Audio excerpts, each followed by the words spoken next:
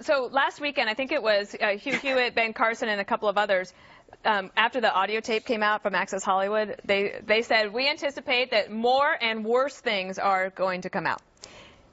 So apparently this is it. You know, the thing is that Trump has been accused by several women of sexual assault. He also was on that audio tape bragging to Billy Bush about sexual assault because he is powerful. And then he said, oh, well, that's just locker room talk. So then today he was saying that there's no way that he would have sexually assaulted those women because they're not pretty enough. Ooh.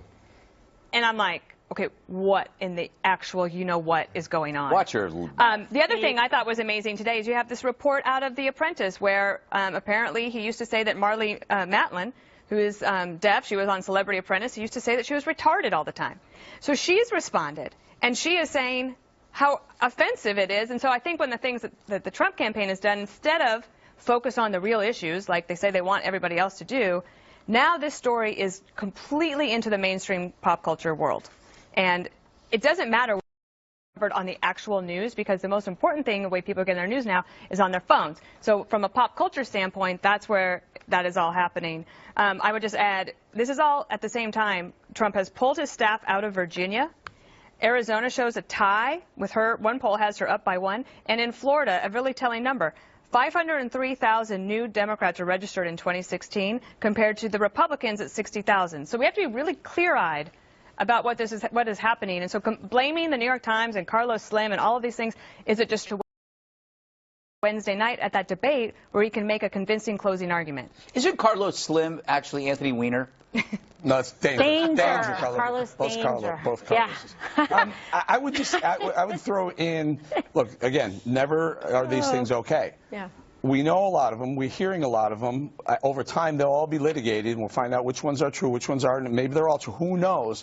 But at the same time, you have Iran that's moving warships towards our aircraft carriers in the Gulf. We have ISIS, who's promised to use exploding drones. And they did it. We have a Syrian civil war that has now drawn in 3 world superpowers with nuclear weapons, Great Britain, America, and the Russians. Who knows how that's going to blow up. A huge humanitarian And in the meantime, crisis. Hillary Clinton's got all these emails. If I were the Trump campaign, I would just literally just pivot and stay on. You know what I think issues. he should do? He should take the WikiLeaks thing, all the emails that he thinks are his top favorites, and he could just do a dramatic interpretation and just read them. He was up there for 3 hours today giving a speech. So I would just, if you want people to focus on WikiLeaks, then you got to talk about it. You can't just talk about all of your accusers and then insult them. So you're saying less defending and just more go on the attack in terms of Hillary Clinton. But I mean, he's already done the disclaimer, I deny all of these, I'll review the other thing he said about Hillary Clinton today is that when she walked in front of him at the debate, he wasn't impressed.